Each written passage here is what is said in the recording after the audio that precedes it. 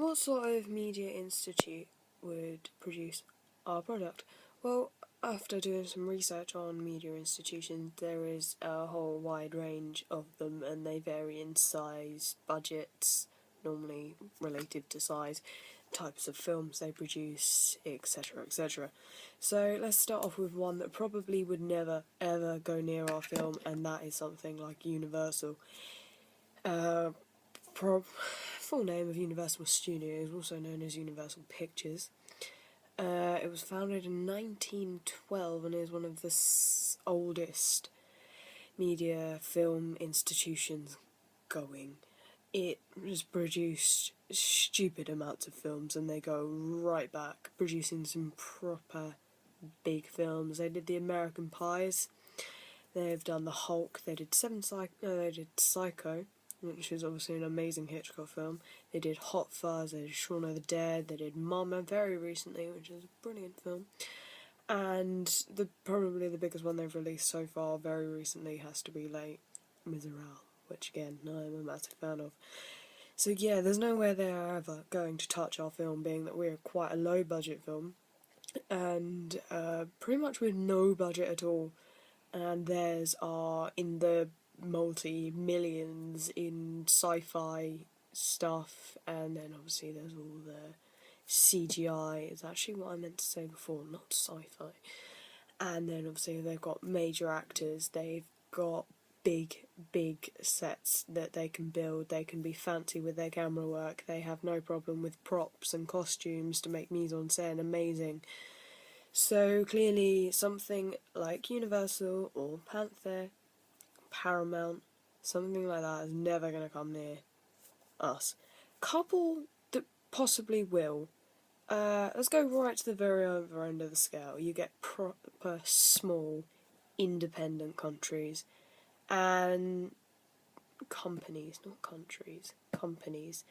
And they is something like Firstborn Film, which I found by googling independent films companies, and I thought I'd take a look, and they've currently released about 4 films.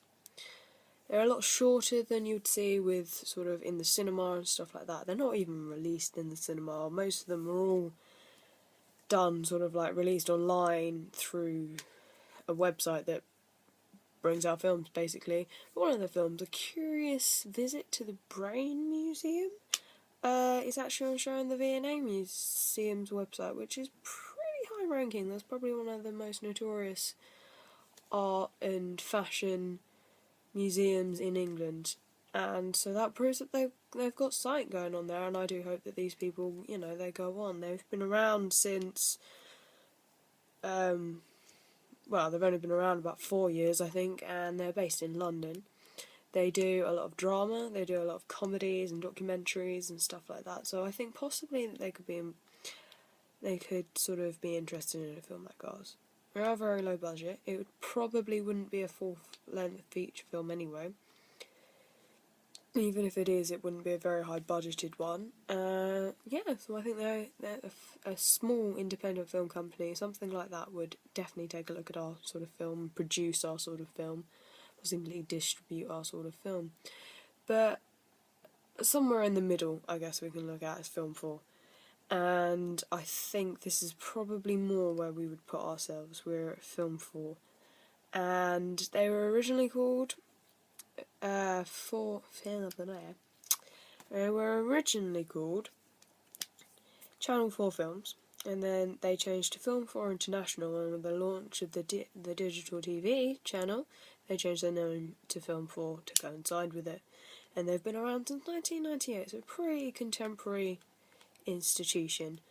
They mainly work with other companies, sometimes a lot bigger. They have done some work with Panther and larger institutions like that, but a lot of them are some sort of institutions roughly of the same size, sort of, mediocre. They're not amazingly big, but they're making their money. And some of their latest films, and probably some of my favourite films by them, is they did Seven Psychopaths, which I thought was a brilliant film, which was with British Film Institute and CBS Films. And they've also done Submarine, which I am a huge fan of. It's got to be one of my favourite films going, which is directed by Richard Adelaide.